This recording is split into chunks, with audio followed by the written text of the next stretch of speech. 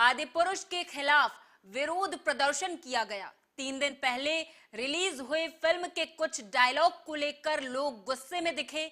नाराज लोगों ने हजरतगंज में सड़क पर फिल्म के पोस्टर जलाने की भी कोशिश की है।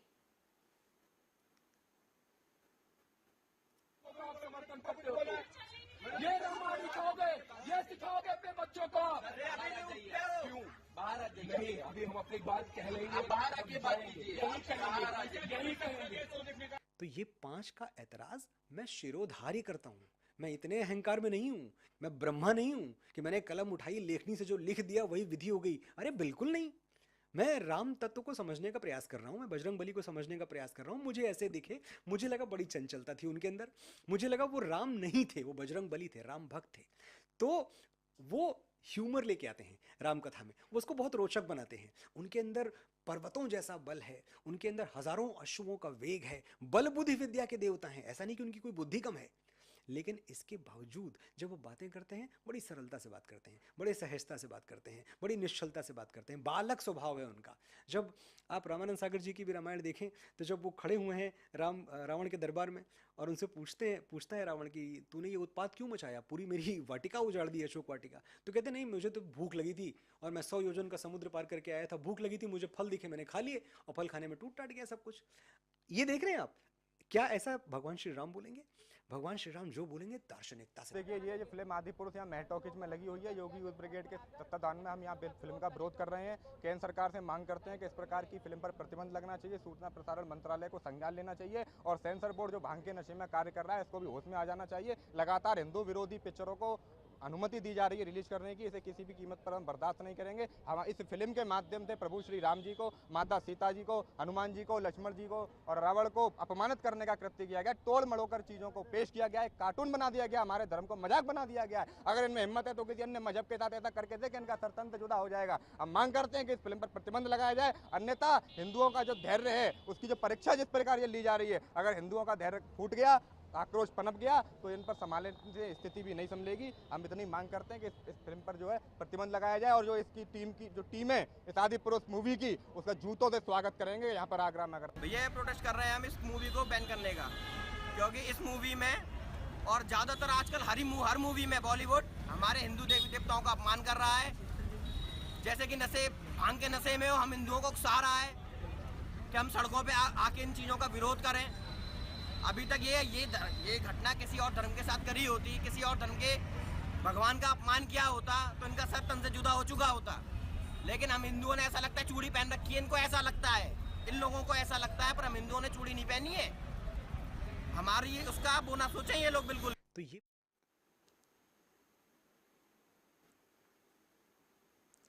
वहीं फिल्म आदिपुरुष रिलीज के बाद से ही लगातार विवादों में घिरी हुई लोग फिल्म के डायरेक्टर ओम राउत और डायलॉग राइटर मनोज मुंतशिर शुक्ला की भगवान राम का मजाक बनाने और फिल्म में फुहर भाषा का इस्तेमाल कर हिंदू मान्यताओं के भगवान के मुंह से ऐसी भाषा में डायलॉग्स बुलवाने के लिए कड़ी आलोचना कर रहे सोशल मीडिया पर हर जगह इस फिल्म के ड्रेस, लुक्स, वीएफएक्स और डायलॉग्स, हर चीज की खिल्लियां उड़ाई जा रही हैं। तो देखिए, वर्तमान में जिस प्रकार से हालात चल रहे हैं, इसमें जो फिल्म के बनाने वाले लोग हैं, लिखने वाले लोग हैं, ये अच्छी तरह जानते हैं कि सस्ती लोकप्रियता कैसे लिया जाए, क्योंकि प्रचार करने में उनको पैसे बहुत खर्च करने पड़ते हैं। तो इसलिए जानबूझ करके और भी हिंदू सनातन धर्म पे ऐसे ही करते हैं कि जिसे हिंदू समाज को ठेस पहुँचे। उनको किसी की भावना से, धार्मिक भावना से कोई लेना देना नहीं है, उनको पैसे कमाने से मतलब है। और हमें पता चला है कि वो मनोज मुंतशिर शुक्ला हैं, उन्होंने इस चीज़ इनको लिखा है, पहले भी बड़े अच्छे उन्होंने लिखा है, 2-4 मैंने जो सुना है। तो इससे भी बड़ा दुर्भाग्यपूर्ण कुछ नहीं हो सकता कि मनोज जी जैसे लोग पैसों के लोभ में हमारे पौराणिक चरित्रों के साथ गलत संवाद करके दर्शा रहे हैं। इससे बड़ा निंदनीय कुछ नहीं हो सकता। ये बहुत बड़ा न सिर्फ एक हिंदू समाज की निगाहों में इन्होंने अपराध किया है, साथ में ये कहीं ना कहीं संवैधानिक दायरे में भी आएंगे, कानूनी इन पे कार्रवाई भी हिंदू महासभा प्रयास करेगी करने की, जो भी हुआ है।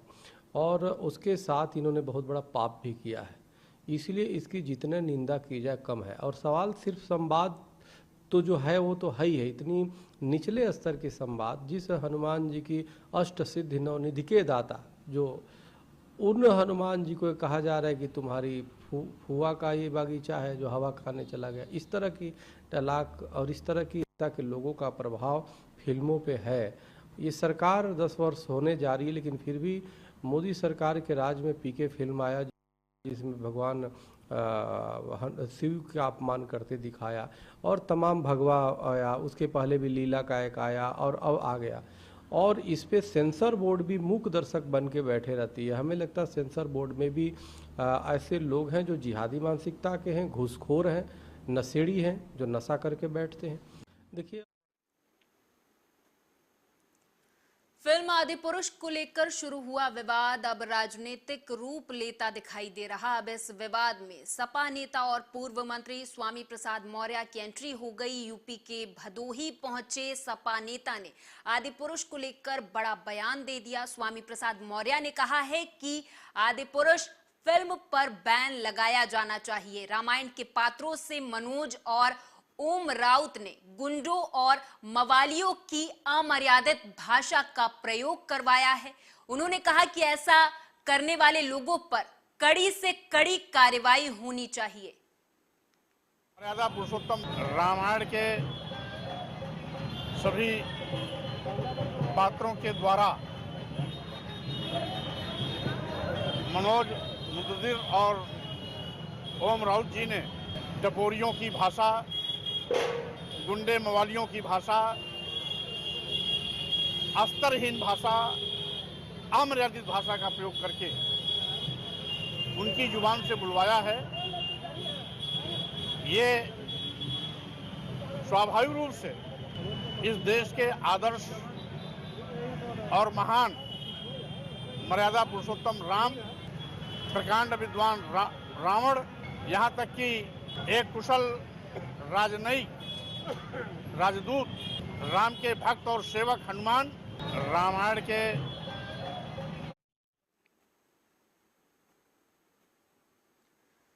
अलीगढ़ में बीजेपी नेताओं पर अपराध के विरुद्ध जीरो टॉलरेंस की नीति अपनाने के लिए पुलिस और प्रशासन के द्वारा शिकंजा कसने की तैयारी कर ली गई है। प्रशासनिक अधिकारियों के द्वारा बीजेपी नेताओं पर दर्ज हुए मुकदमों के लिस्ट को तैयार करते हुए उनकी हिस्ट्री तैयार कर ली गई है। जल्द ही युवा नेताओं पर प्रशासन की ओर से बड़ी गाज गिरने वाली है। जब प्रशासनिक अधिकारी से बात की गई तो उनके द्वारा जानकारी देते हुए बताया गया है कि 7 बीजेपी युवा नेताओं की मुकदमों की लिस्ट को तैयार करते हुए पाया गया है कि जिन पर 50 से ज्यादा मुकदमे दर्ज हैं, तो वहीं इस तरह के कई और अन्य मामले बीजेपी नेताओं पर दर्ज हैं। देखिए, 2020 में एक मुझ पर झूठा मुकदमा लगा जिसमें माननीय पुलिस ने तो मुझे दोषी माना, लेकिन माननीय न्यायालय ने मुझे 6 जुलाई 2022 को दोष मुक्त कर दिया। दोष मुक्त करने के बाद में उस मुकदमे के आधार पर आज पुलिस प्रशासन भाजपा सरकार को बदनाम करने के लिए, भाजपा के नेताओं को बदनाम करने के लिए, भाजपा की नीतियों को बदनाम करने के लिए और अपनी जो आमदनी का जरिया है जिसमें हम रुकावट बने हुए हैं, उस सबको पुनः तैयार करने के लिए जो सपा सरकार में, बसपा सरकार में इनकी दलाली और जो भी इनके काले धंधे चल रहे थे वो सब चीज़ें बंद हो गई। अब से भाजपा की सरकार आई है, इनके ज़मीनों के धंधे, इनके मीट फैक्ट्रियों के धंधे, सारी दलाली बंद हो गई। और वो बंद हुई हम लोगों के कारण, भाजपा के कार्यकर्ता के कारण। भाजपा का छोटे से छोटे कार्यकर्ता से लेकर बड़े से बड़ा नेता इन बीमारियों को दूर करने में लगे हुए हैं। इस वजह से इन्होंने हमें रास्ते से हटाने के लिए हम 7 लोगों को शहर में चुना और भी लोगों को ये हमारे जो आदरणीय चाचा जी हैं अर्थात विनय चाचा जी, उनको प्रशासन नेताओं से हमारा निवेदन है, जैसे उनको जेल भेजा गया, उनका जबकि कोई दोष भी नहीं था तब भी उन्हें जेल भेजा गया। उनका क्या ये दोष है कि वो भाजपा में है या फिर उन्हें फिर से जेल भेजने की तैयारी कर रहे हैं ये प्रशासन नेता है। अगर ऐसा ही चलता रहा, यही हमारे चाचा हैं, इनकी वजह से ही हम पढ़ लिख रहे हैं। अगर ये नहीं होंगे तो हम पढ़ लिख नहीं पाएंगे। तो इससे हम अपनी पढ़ाई छोड़ रहे हैं आज से, और अगर हमारे बहन भाई भी नहीं पढ़ पाएंगे तो हम भी नहीं पढ़ पाएंगे। इससे हम अपनी पढ़ाई छोड़ रहे हैं।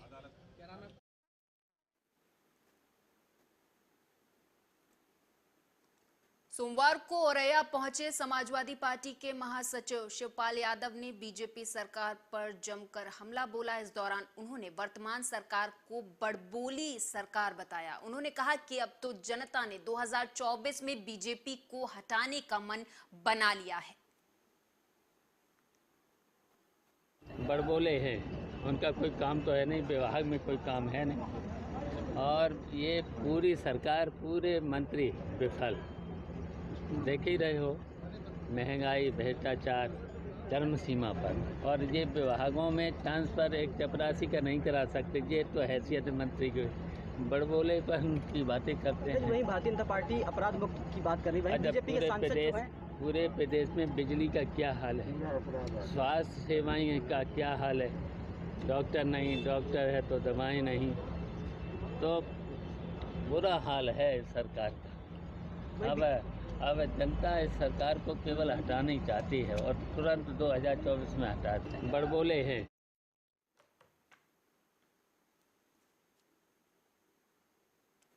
गोरखपुर में मेडिकल माफियाओं की कमर तोड़ने के लिए समय समय पर स्वास्थ्य विभाग, पुलिस विभाग के साथ ही पत्रकार भी अहम भूमिका निभाते रहे, लेकिन अब ये मेडिकल माफिया अपने खुन्नस निकालने के लिए पत्रकारों को अपना शिकार बनाने की तैयारी में लगे हुए हैं। इसको लेकर कल गोरखपुर के एक वरिष्ठ पत्रकार ने दर्जनों पत्रकार साथियों के साथ पहुंचकर एसपी सिटी को ज्ञापन सौंपकर कार्रवाई की मांग की है। तो हम लोग जिला अस्पताल में जो बाहर से दवाइयाँ लिखी जाती है और जो एम्बुलेंस जो वहाँ चलाया जाता है इमरजेंसी, उसको लेके हमने खबर किया था, हमारे साथियों ने कुछ खबर किया था। जो है बाहर से ओपीडी में बैठ के कुछ दलाल वहाँ पे दवा लिखते हैं, उसको लेके दलालों में जो है एक खलबली सी मच गई। और उन लोगों ने एक दिन मैं वहाँ जिला अस्पताल गया तो उन लोगों के द्वारा जो है बाहर से कुछ लोगों को बुलाया गया कि इनको जो ये बहुत खबर चला रहे हैं, इनको ठीक कर दिया जाए। तो वहाँ पे 8-10 लोग आए थे, मैं उनको सूचना भी आने की, मैं वहाँ से निकल लिया, अपनी गाड़ी को छोड़ के निकल लिया। बाद में मैं प्रेस क्लब आया, क्योंकि वहाँ से जिला अस्पताल से प्रेस क्लब कुछ ही दूर पर है। मैं वहाँ पे पहुँचा और अपने पत्रकार साथियों से बात बताई, पूरी घटना बताई। तो उन्होंने कहा कि ठीक है, चल के सारे पत्रकार भाई SIC जाके मिले। उन्होंने SIC ने इस बात को सुना और संज्ञान लिया। उन्होंने एक पत्र लिखा भी जिला अधिकारी SSP के लेकर के पत्र लिखा कि उन्हें जो पैसा में दलाल आते हैं, दवा लिखने वाले दलाल, वो काफ़ी जो आक्रोशित है, कुछ भी कर सकते हैं उनको अपनी सुरक्षा के। लेकिन आज विंध्याचल धाम स्थित रोडवेज परिसर में मिशन शक्ति के तहत नारी जागरूकता चौपाल का आयोजन किया गया। इस मौके पर महिलाओं को सरकारी स्तर पर उत्थान के लिए चलाई जा रही योजनाओं और अधिकारों की जानकारी दी गई। पुलिस विभाग के जारी किए गए हेल्पलाइन नंबर के बारे में भी जानकारी दी गई है। महिला पुलिस ने बताया कि अगर आपके साथ किसी भी प्रकार का उत्पीड़न, किसी भी महिला बालिका के साथ अभद्रता की जा रही है तो तुरंत पुलिस को सूचित करें, आपकी मदद की जाएगी। महिला सशक्तिकरण शक्ति मिशन के अंतर्गत आज विंध्याचल पुलिस के द्वारा रोडवेज पर महिलाओं को जागरूक करने का एक चौपाल आयोजित किया गया था, जिसमें महिला के सशक्तिकरण को लेकर के सरकार की जो विभिन्न योजनाएं हैं उसको लेकर के और उनके प्रति हो रहे अपराधों को लेकर के जो तमाम पुलिस के हेल्पलाइन है उससे संबंधित उन्हें जानकारी दी गई है। और उन्हें यह भी बताया, मतलब कोई बच्चे अगर स्कूल जा रहे हैं, अगर कोई उनको छेड़ रहा है या मनचला मिल रहा है, तो अगर उनको कोई शिकायत है वो तो 1090 पर शिकायत कर सकती हैं। यही सब बता रहे थे। क्या समझ में आपको आया, आप ऐसा करना चाहिए? क्यों नहीं, सही है। हाँ, रहना चाहिए, सुविधा होना चाहिए कि बच्चे के साथ क्या हो रहा है क्या नहीं, भाई सबकी जानकारी रहना चाहिए। और यही समझाए हैं कि कोई भी दिक्कत हो, लड़की स्कूल जा रही है, जो बातें कोई भी लड़का छिड़कानी करे, कोई परेशानी हो, फोन करिए, वहाँ आप लोग महिला लोग की जो बातें सहायता देंगी, कोई दिक्कत न होए, थाने को सूचना देंगे, हम लोग कार्रवाई करे जाएंगे। हाँ। खबर हापुड़ से है, जहां थाना सिंभावली पुलिस ने सोमवार की रात को चेकिंग के दौरान बदमाशों से हुई मुठभेड़ में जवाबी कार्रवाई में एक शातिर बदमाश को घायल कर दिया। इस दौरान पुलिस ने घायल अवस्था में बदमाश को गिरफ्तार कर लिया है, जबकि एक बदमाश अंधेरे का फायदा उठाकर मौके से फरार हो गया। बता दें कि पकड़े गए आरोपी के पास से पुलिस ने अवैध असलहा और एक मोटरसाइकिल बरामद की है। आज थाना सिंभावली पुलिस द्वारा बक्सर रेगुलेटर पर चेकिंग की जा रही थी, तभी द्वारा मुखबिर यह सूचना मिली कि 2 संदिग्ध युवक बैठ गांव की ओर से आ रहे हैं। वो जब आते हुए दिखाई दिए तो उन्हें रोकने का प्रयास किया गया, परंतु वह रुके नहीं और उल्टा पुलिस पार्टी पर फायरिंग करी। आत्मरक्षा पुलिस द्वारा की गई फायरिंग में एक अभियुक्त को गोली लग गई तथा एक अंधेरे का फायदा उठाकर भागने में सफल हुआ। जिस अभियुक्त को गोली लगी उसका नाम आंसू उर्फ आस मोहम्मद है, जिसके कब्जे से हमें एक मोटरसाइकिल और एक अदद तमंचा में खोखा कारतूस बरामद हुआ है। उसे उपचार हेतु अस्पताल भेज दिया गया है। आवश्यक वैधानिक कार्रवाई प्रचलित है। मिर्जापुर चुनार के मध्य स्थित पडरी थाना क्षेत्र के कपसौर हाईवे के बीच खेत में 3 राष्ट्रीय पक्षी मोर मृत अवस्था में पाए गए। मोर के मृत अवस्था में पाए जाने से ग्रामीण सन्न रह गए। आसपास ही 3 मोर खेत में पड़े हुए थे। मोरों के मरने की जानकारी पुलिस और वन विभाग को दी गई। मौके पर पहुंचे वन कर्मियों ने उनके शवों को इकट्ठा किया। मृत पड़े शवों पर चींटियां रेंग रही थी। देखने से लग रहा था कि उनकी मौत करीब 1 दिन पूर्व हुई है। हाँ, ये विंडम फॉल रेंज में मिले हैं और जैसा कि प्रथम दृष्टया ये है कि गर्मी काफ़ी पड़ रही है तो हीट स्ट्रोक के कारण इनकी मौत हुई है। फिलहाल इनको पोस्टमार्टम के लिए शव को भेजा गया है, जिसकी रिपोर्ट कल प्राप्त हो जाएगी और इसकी रिपोर्ट कर दी गई है। कितने हैं? 3 मोर की सूचना मिली है और ये संभवतः भीषण गर्मी इधर पड़ी रही है आजकल, तो उसी के कारण इनकी मौत हुई है। क्या किया जाएगा उनको मतलब पोस्टमार्टम के बाद जो है गड़वा दिया जाता है। तरफ से रायबरेली में दबंगों ने बाइक सवार दलित युवक को रोककर गोली मार दी। ये गुरबख्शगंज थाना क्षेत्र के टिकरा गांव की घटना है, जहां अपने साथी को घर छोड़कर वापस अपने घर लौट रहे बाइक सवार दलित को 4 दबंगों ने टिकरा बाजार के पास रोक लिया और उसके पेट में गोली मार दी। वहीं स्थानीय लोगों की सूचना पर मौके पर पहुंची पुलिस ने घायल युवक को एम्बुलेंस की मदद से जिला अस्पताल पहुंचाया, जहां उसकी हालत गंभीर होने पर उसे लखनऊ ट्रॉमा सेंटर रेफर कर दिया गया है। क्या परिचय है? मैं डॉक्टर जेके लाल हूँ, जिला अस्पताल में सर्जन पोस्टेड हूँ। गनशॉट आया है, क्या है मामला ये है कि इसके घर वाले ये बताया कि शादी ब्याह में गया तो वहाँ गोली वोली चल गई है, जिसको मेरे ईएमओ के द्वारा देखा गया है और fire injury of abdomen diagnosis में आई है। पूरे बड़ान पोस्ट बरोबर में रहता हूँ। क्या हुआ है भैया? ऐसा कि विधायक यहाँ से घूम के और टिकरा में सत्यम भाई के यहाँ से अपने घर आ रहे थे, तो भाई को जब टिकरा क्रॉस हुए हैं तो पता चली कि भाई को गोली लग गई है। बस यही जानकारी हम लोग को मिल पाई तो हम लोग तत्काल भागकर जिला अस्पताल आए हैं। जिनके गोली लगी इनका क्या नाम है? जिनको नाम दुर्गेश है। दुर्गेश। और आपके कौन है? ये मैं हमारे भाई हैं। पूरे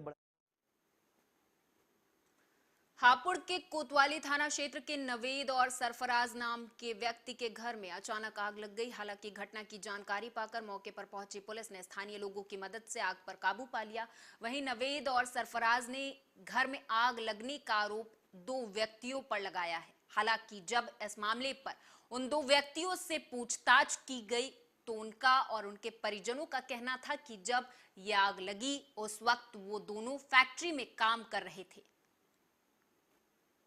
यहाँ सो रहा था तो घर पुलिस आई। पुलिस आने पर पता चला तुम्हारे नाम खिलाफ तहरीर दे दी गई है। सरफराज ने घर में आग वाग लगा कर उन्होंने झूठा षड्यंत्र रचकर हमारे खिलाफ तहरीर दी है, जबकि मैं अपने घर पर रात से 4 बजे तक 4:30 बजे तक अपने घर से निकला भी नहीं। आग किसके यहाँ लगाई थी?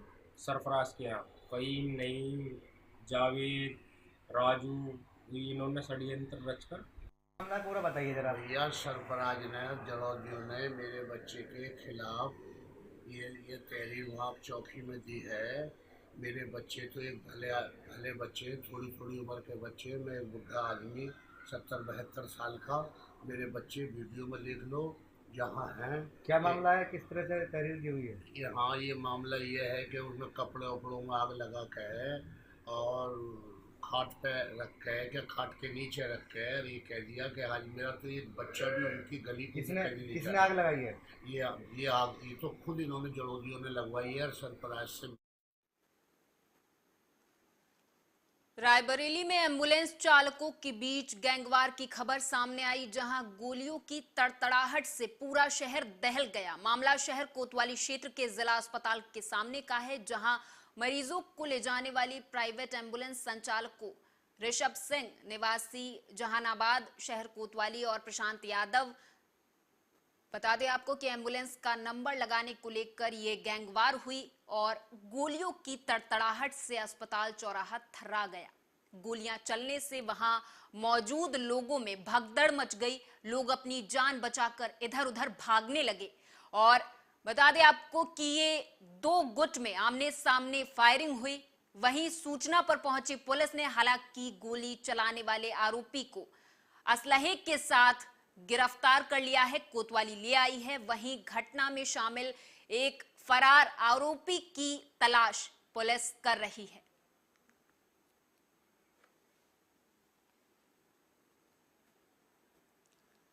जनपद हापुड़ के गांव हशुपुर में एक पत्रकार के घर में इस वजह से गांव की नालियों का पानी घुस रहा क्योंकि गांव की नालियों को सही समय पर दुरुस्त नहीं कराया गया। हालांकि इस मामले पर पत्रकार का कहना था कि यह सब पूर्व ग्राम प्रधान और सचिव की देन है। वीडियो में आप देख सकते हैं कैसे एक पत्रकार बाल्टियों से पानी को निकालते हुए नजर आ रहा है।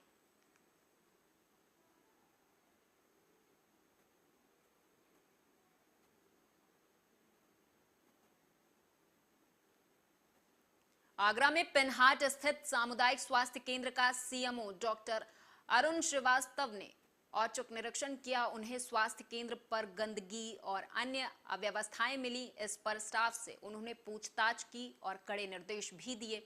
उन्होंने कहा कि स्वास्थ्य सेवा में कोई लापरवाही बर्दाश्त नहीं की जाएगी। सीएमओ ने ओपीडी, महिला वार्ड और स्टोर आदि का निरीक्षण किया। स्वास्थ्य केंद्र पर साफ सफाई रखने और समय पर मरीजों को उपचार देने के निर्देश दिए हैं। समस्त जितने भी हमारी सामुदायिक स्वास्थ्य केंद्र और चाहे वह हेल्थ वेलनेस सेंटर्स हो, चाहे सब सेंटर्स हो, प्राथमिक स्वास्थ्य केंद्र हो, उन अच्छी गुणवत्तापरक सेवाएं दें, साफ सफाई रखें। जो भी हमारी ग्रीवांसेस हैं, अगर लोगों की कोई दिक्कत है उनको हम लोग दूर कर पाएँ। इस उद्देश्य से सभी जनपद के सभी CSCs सारे प्राथमिक स्वास्थ्य केंद्रों में मेरे द्वारा और हमारे नोडल अधिकारी द्वारा दौरा किया जा रहा है। और देखिए हम लोग ये प्रयास करेंगे 2-3 दिन के अंदर जो भी इनकी आवश्यकताएं हैं उनको हम लोग एक कैलकुलेट कर लें प्लेटफॉर्म पे लाके, और जो भी बेहतर से बेहतर हम लोग कर पाते हैं उसका हम लोग प्रयोग करके इसको हम सुधारें। साथ में जो हमारे अगर कोई साथ में जैसे नगर का प्रशासन है उनसे भले ही 2024 लोकसभा चुनाव अभी दूर हों, लेकिन राजनीतिक दलों ने अपना चुनावी मैदान तैयार करने का काम शुरू कर दिया है। पार्टी की योजनाओं से लेकर उनकी सरकारों के समय हुए कार्यों को जहां एक ओर वे जनता के बीच ला रहे, वहीं दूसरी तरफ कार्यकर्ताओं में जोश भरने का काम करते हुए दिखाई दे रहे। केंद्र और प्रदेश की सत्ताधारी पार्टी बीजेपी अभी से ही 2024 लोकसभा चुनाव की तैयारियों में जुट गई है। बीजेपी ने मिशन 2024 का आगाज कर दिया है। भारतीय जनता पार्टी केंद्र की मोदी सरकार के 9 साल पूरे होने के चलते 9 साल बेमिसाल कार्यक्रम के तहत जनता के बीच जाकर मोदी सरकार में लाई गई योजनाओं की जानकारी दे रही। इसी के चलते यूपी के जनपद कानपुर देहात के अकबरपुर लोकसभा क्षेत्र के माती में भारतीय जनता पार्टी के कद्दावर नेताओं ने हुंकार भरी और मिशन 2024 का आगाज कर दिया है। कार्यकाल पर जो आउटरीच प्रोग्राम हो रहा है उसी के तहत हम लोग आए थे, तो आप लोगों ने देखा था। इन 9 वर्षों में मोदी जी की अगुवाई में जो भारतीय जनता पार्टी की सरकार है उसने देश की दशा और दिशा दोनों बदल दिया है। आज हमारे देश के कद को मोदी जी की सरकार ने ऊंचा कर दिया है, विश्व में ऊंचा कर दिया है। आज हम विश्व में सबसे तेज़ गति से प्रगति करने वाले अर्थव्यवस्था हैं। आज हम विश्व में 5वीं सबसे बड़ी अर्थव्यवस्था हैं। कम से कम 4-5 वर्षों में हम विश्व के 3री सबसे बड़ी अर्थव्यवस्था हो जाएंगे। और इस प्रगति में हम लोगों ने कोई पहलू बाकी नहीं छोड़ा है, चाहे वो सामरिक पहलू